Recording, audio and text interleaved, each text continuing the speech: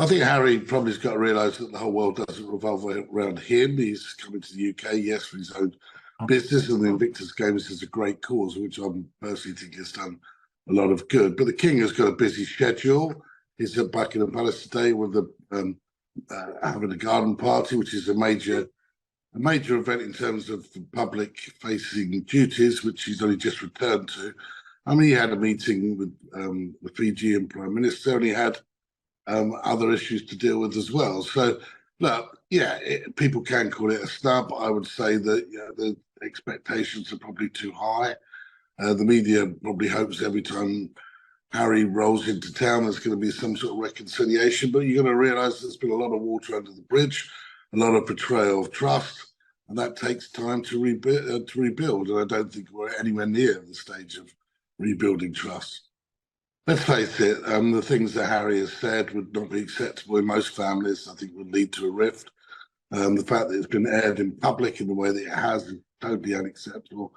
And the fact that it's been done really essentially to raise money for him and cash in on his family connections is pretty despicable. So I do think that it's all in good falling out, but to try and make a shed load of money out of it as well is pretty disgraceful. So look, we look at the situation. Why should Charles, who has had a very difficult start to his reign in this transition, he's had Harry throwing all sorts of things and at the royal family, undermining its credibility in America, suggesting that he was a racist, and that Catherine, who's also recovering and being treated for cancer, was also a racist, both totally untrue. It's simply unacceptable. So I don't think there should be any easy road back for Harry. I think that he's got to accept that he's no longer really invited to the party. If he wants to try to build bridges, he's got a long way to go.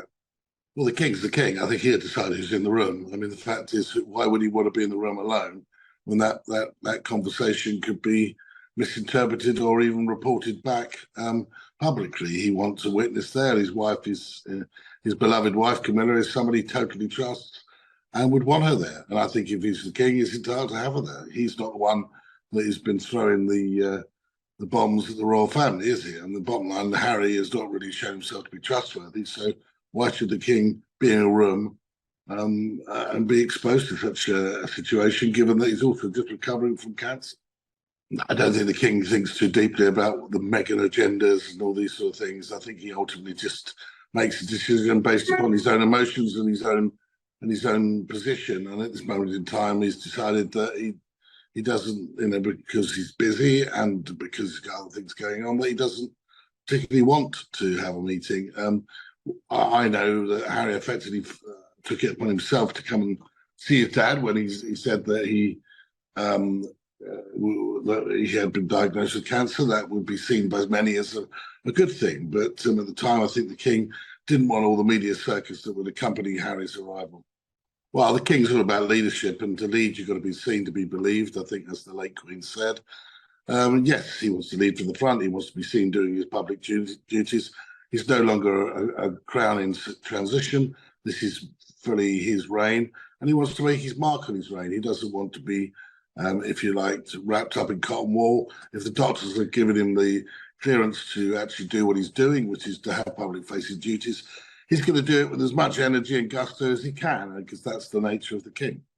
He's not a question where he has to do these things. It's his duty.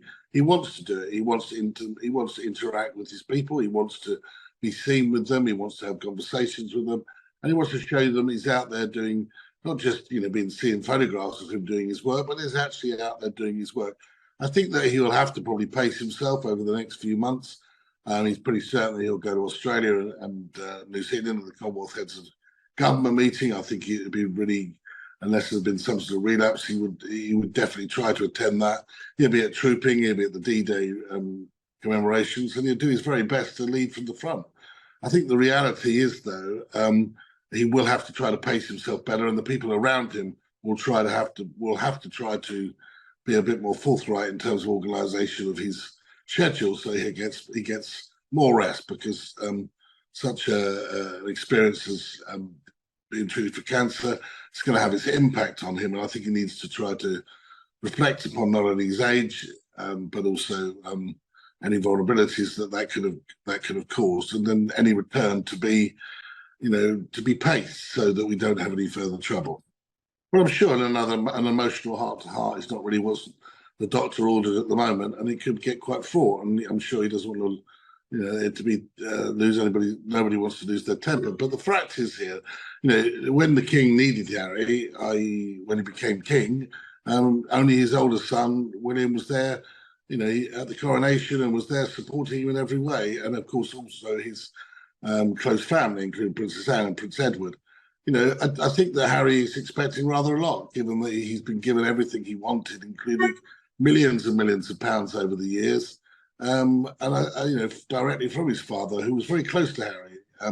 So I feel that he probably feels let down and doesn't really want to address that at the moment, because it's too painful, really, what's happened over the last 2 years, 3 years or so. And I think that actually it's probably time that Harry, realised that his father is mortal, and that he has emotions and has needs himself, and it's not all about Harry. I can't see that happening. Yeah, I don't. If there's the first point of call would have to be with the king. Yeah, I don't see any reconciliation with William at the moment. No. Harry's doing what he wants to do. He's doing his Invictus games, doing a very good job. Where it leaves Meghan and Harry is exactly where they wanted to be, which was living in LA, doing what they want to do, dictating their own agenda and making money from their position and from what they do. There was no way that the late Queen Elizabeth, would accept that you can do half in, half out. You can't earn money and still be on the back of your royal titles. Bottom line is they are where they are because that's where they wanted to be. They've made their bed, they're lying in it. I mean, the fact is, it's difficult for the king to have a relationship with the grandson who's across the Atlantic and on the other side of America. It's not his decision, is it? That's where Archie and Lily live. That's their parents, which is their prerogative. So my feeling is there's not a lot that the king can do about it. I mean, if he's the king, he can't just suddenly get on a jet, go to America without a lot of paraphernalia. And really, the onus is on Harry to make arrangements to bring his son to see the king. And he's ought to see the king. Well, they're not with Harry on this trip because it's a working trip. And so that is not a family trip. If they were on a family trip, then I'm sure the king would make time for them to certainly to see his grandchildren. He prefers the life in Los Angeles, although I don't know what he does all day. I mean, he must be pretty bored a lot of the time. But, one of the big things, the problem is that they've got 2 children that are a prince and a princess, and that they don't come and see their cousins. And I find that strange as well. So not only Harry gets short shrift from the king, I'm sure the children wouldn't. If they came, I'm sure he'd be grateful to see his grandchildren. But it hasn't happened, and that's a shame.